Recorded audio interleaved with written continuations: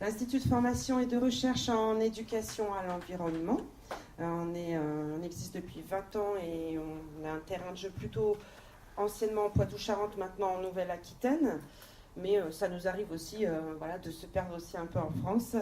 Et principalement, en fait, on a deux fonctions principales, celle d'accompagner des projets et celle de former des professionnels qui pilotent des projets, plutôt de développement durable. Hein. Donc, pas forcément énergie typiquement, mais de développement durable. Justement, tout à l'heure, on voyait qu'il y avait une importance des dispositifs, en tout cas les problématiques, les enjeux d'animation territoriale, les démarches participatives étaient importantes en matière de besoins de formation. Pourquoi d'après toi, justement, on ressent ces besoins aujourd'hui? Alors nous aussi, c'est vrai que c'est intéressant, les conclusions de l'étude, elles m'ont vraiment beaucoup parlé parce que nous-mêmes, on est aux côtés des professionnels. Donc on constate aussi leurs besoins en formation, sur quel domaine, sur quelle modalité ils souhaitent être formés. Effectivement, ils nous disent, voilà, on a des besoins en formation en animation territoriale, mais aussi en démarche participative. Comment est-ce qu'on fait pour mettre en place un dispositif participatif? Et c'est vrai que les problématiques énergie, elles sont concernées, comme d'autres, d'ailleurs, ce n'est pas le seul domaine, mais il y a tout un cadre réglementaire des collectivités qui, depuis plusieurs décennies, renforce la nécessité de concerter les projets avec les acteurs concernés. Donc il y a cette attente forte réglementaire, donc les collectivités y vont, j'ai envie de dire. Et donc, concrètement, ça veut dire que pour un chargé de mission énergie-climat qui est en train de concevoir son plan climat-énergie territorial, comment est-ce qu'on va s'y prendre sur le territoire pour le faire?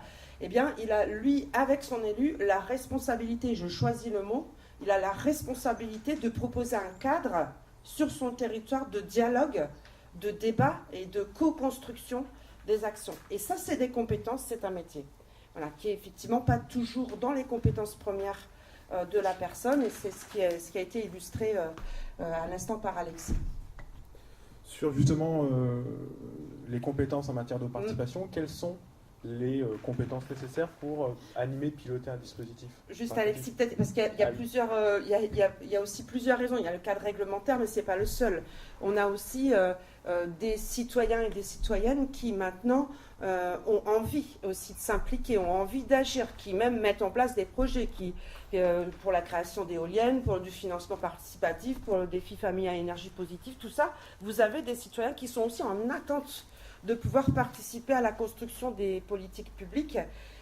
Donc ça va nécessiter pour le technicien de collectivité de pouvoir intégrer ces dynamiques dans la réflexion du territoire en faveur de la politique énergétique. Et puis enfin, les enjeux de la transition énergétique dans laquelle on est, la loi elle insiste sur ce point, sont qu'il va falloir que les choses bougent au niveau de différents acteurs, les entreprises, les collectivités, les habitants, voilà, tout le monde est attendu.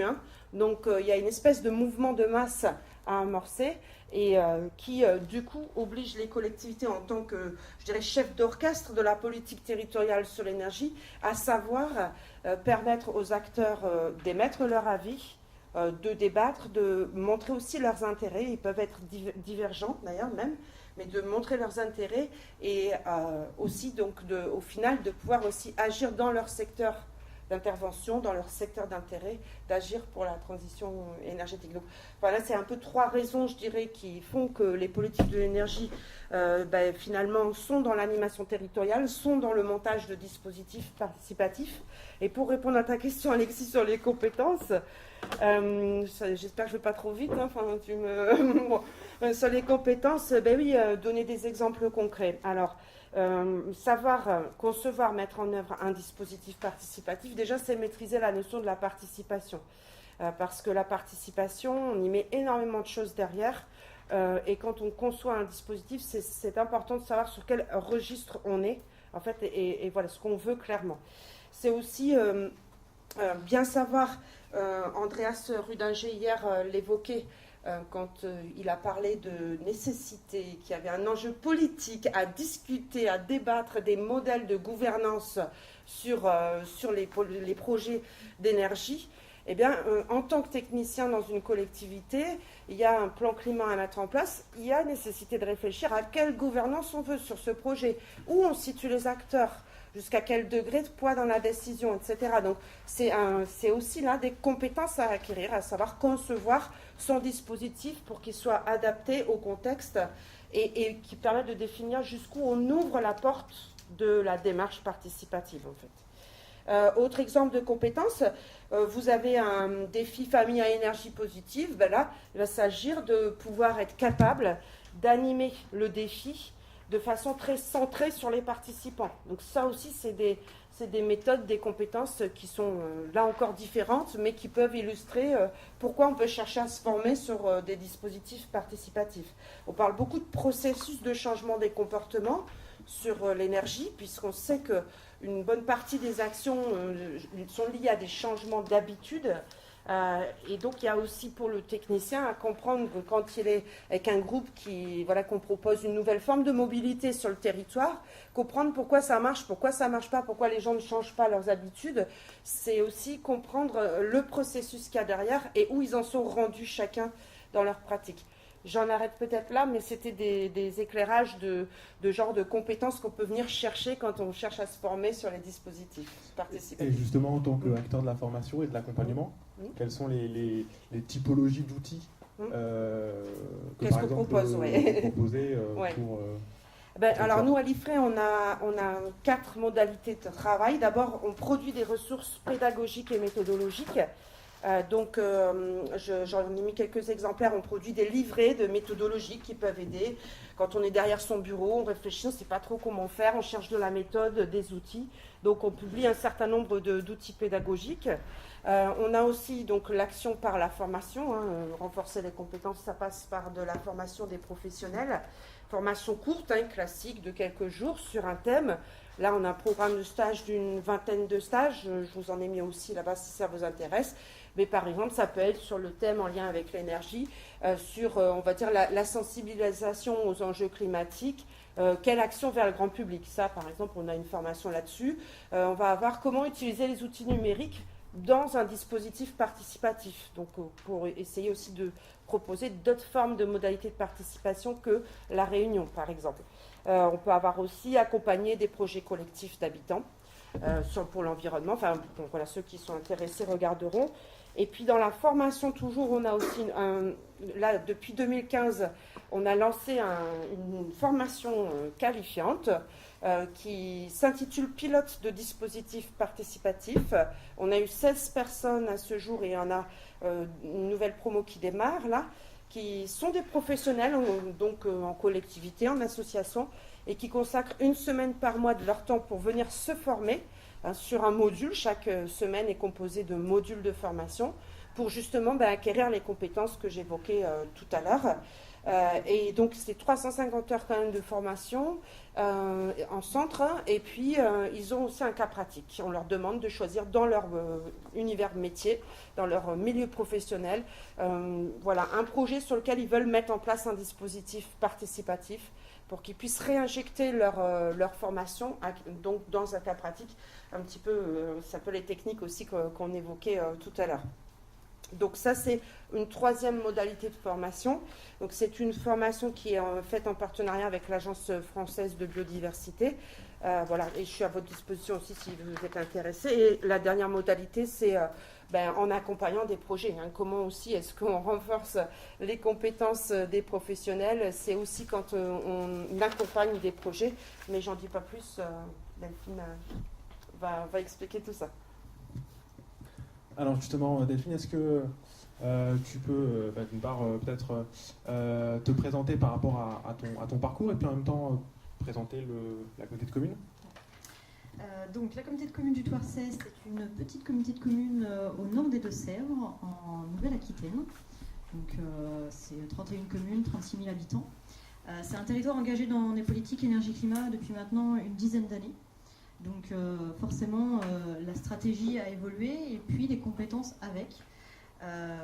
Moi, je vais m'arrêter sur 2 compétences essentielles qu'on a identifiées, qui n'étaient pas forcément celles qu'avaient les techniciens recrutés pour travailler sur les questions d'énergie et de climat. Au départ, c'est la conduite de projet et l'animation. Sur la conduite de projet, ça peut vous sembler tout à fait naturel que les chargés de mission aient besoin de cette compétence, mais malheureusement, on s'aperçoit encore qu'on participe à des réunions qui ne sont pas tout à fait bien cadrées, où les ordres du jour ne sont pas bien définis, les objectifs non plus, et tout ça amène à du temps perdu, très concrètement, pour tout le monde, parce que le projet n'avance pas bien. Donc, pour moi, l'une des premières compétences à acquérir pour un technicien qui aurait de bonnes bases techniques, ça serait de se former sur comment gérer le projet, le planning, définir des objectifs, cadrer les réunions, pour mobiliser les acteurs lors de temps précis, mais les mobiliser aussi sur la durée. Ça semble vraiment essentiel. Et ensuite, l'autre compétence, c'est les compétences en animation participative, puisque dans tous nos dispositifs, TPOS, TEPCV, ça demande d'associer nombreux acteurs autour de la table pour que les projets fassent le consensus le plus possible. Et donc, on a besoin d'adapter les animations à nos objectifs avec des techniques d'animation diverses. Il y a plein de choses qui existent. Enfin, aujourd'hui, on va participer à des ateliers dans lesquels on va faire remonter des idées. On cherche à développer des programmes d'action avec nos partenaires et à co-construire des fiches actions. On cherche à faire émerger des idées ou à faire évoluer des pratiques, des comportements. Les techniques d'animation varient en fonction de nos objectifs. Et donc, il faut avoir, je pense, une bonne connaissance des différentes techniques d'animation pour ensuite pouvoir les mettre en œuvre. Alors justement, quelle a été pour toi la démarche au niveau de la communauté de communes et quel a été le parcours finalement pour aller dans cette direction et acquérir ces compétences? Alors, nombreuses étapes qui se sont faites dans le temps. Donc là, c'est vraiment mon expérience personnelle dont je veux vous faire part. J'ai été recrutée en tant que conseillère énergie sur le territoire, donc avec des solides compétences techniques, une certaine logique sur la conduite du projet. Et puis j'ai eu l'opportunité de participer en tant qu'observatrice à des projets, donc avec des collègues qui avaient de bonne expertise de la conduite de projet. Donc commencer à me former comme ça, participer à des formations théoriques au CNFPT, donc pour acquérir les bases. Et puis l'opportunité de conduire le projet de la plateforme de la rénovation énergétique ACT à l'échelle des Deux-Sèvres. Et puis ce projet-là a plusieurs particularités. C'est qu'on a décidé de le monter à plusieurs collectivités, donc avec deux autres EPCI sur le département, avec la coordination du département, et la volonté de co-construire l'intégralité du programme d'action avec les acteurs économiques, chambres consulaires, les associations, ADIL, CAUE, cluster, de mettre tout le monde autour de la table pour co-construire le programme d'action. Ça a résulté d'une convention de partenariat à 18, donc un projet d'ampleur sur lequel on a souhaité s'associer à l'IFRE pour nous aider justement à conduire le projet, à avoir un soutien méthodologique pour conduire ce projet. Et donc l'IFRE est présent maintenant depuis 3 ans à nos côtés pour cadrer les choses, nous aider à nous poser les bonnes questions, à définir des ordres du jour très concrets qui nous permettent d'atteindre nos objectifs. C'est ce qu'ils ont fait surtout sur les premiers temps. Et donc cet accompagnement sur la durée nous a permis, c'est le constat qu'on fait aujourd'hui, nous a permis de monter en compétence sur la conduite de projet. Il en a résulté que finalement, au bout de quelques mois seulement, il n'a pas fallu 3 ans pour acquérir ces compétences, loin de là, pour ma part, j'ai été en mesure de développer ces compétences pour mettre en place d'autres projets, et notamment notre programme d'action TEPOS, qu'on a élaboré ensuite. Sur le volet animation, là aussi, une expérience d'accompagnement sur la durée qui a fait ses preuves. Dans le cadre de notre démarche TEPOS, on a bénéficié de l'accompagnement d'un bureau d'études qui est Auxilia, qui disposait, comme l'IFRE, de solides compétences en animation participative. Et sur les phases d'élaboration de notre plan climat, ils ont été à nos côtés pour nous aider à co-construire et à nous orienter sur les techniques de participation à mettre en œuvre pour élaborer notre programme d'action. Et dans un premier temps, ils étaient très présents, c'est très rassurant, ça permet de nous mettre en confiance. Et puis, en observant ces différentes techniques à mettre en œuvre suivant les objectifs que nous avions, et bien, assez rapidement, là aussi, on s'est retrouvé en autonomie sur la mise en œuvre de démarches participatives et de mobilisation des acteurs. Donc, 2 accompagnements sur la durée qui, à notre avis, permettent finalement de faire évoluer les compétences sur la conduite de projet, sur l'animation. C'était pas du tout quelque chose qu'on avait identifié au départ. Alors justement, pour la suite, quels enseignements est-ce que, à la fois toi, tu en tires pour toi-même, mais également plus généralement pour la collectivité, et quelles sont de fait les perspectives associées pour d'autres projets? On se dit que cette méthode de travail est quand même plutôt efficace parce que ça nous évite de nous mobiliser 3 jours sur des temps précis de formation où on a toujours des difficultés à ensuite s'approprier les connaissances acquises en formation théorique. Et donc là, ça permet d'être dans l'opérationnalité de nos projets, donc de les faire avancer, tout en étant appuyé par des professionnels et il y a ce transfert de compétences qui se fait en parallèle. Donc je pense qu'il y a matière demain à intégrer ça beaucoup mieux dans nos prochains programmes d'action et dans les commandes que l'on pourra passer à des accompagnateurs et à avoir ce regard sur comment intégrer la formation dedans. Mais je peux peut-être laisser Cécile compléter aussi. Oui, ben c'est vrai que nous, en tant qu'organisme à la fois d'accompagnement et de formation, puisqu'on est aussi certifié qualité depuis le début de cette année, puisque ça devient une exigence des OPCA.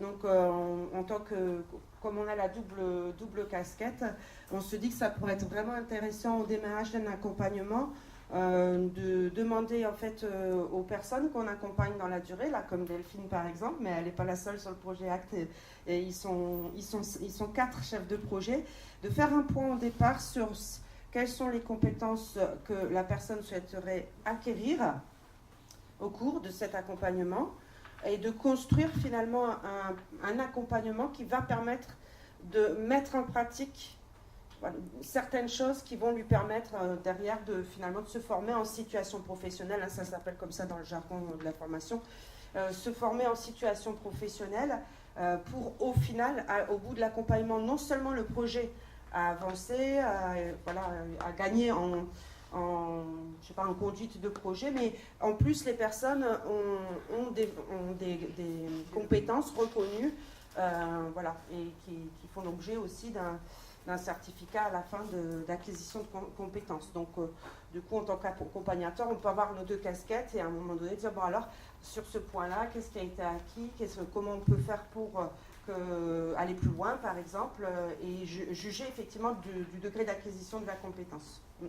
Donc pour nous, ça nous intéresserait sur les prochains accompagnements d'essayer. Ça peut être une modalité beaucoup plus souple pour les professionnels que effectivement de venir en formation, même si c'est aussi intéressant par ailleurs, mais on comprend les contraintes des uns et des autres.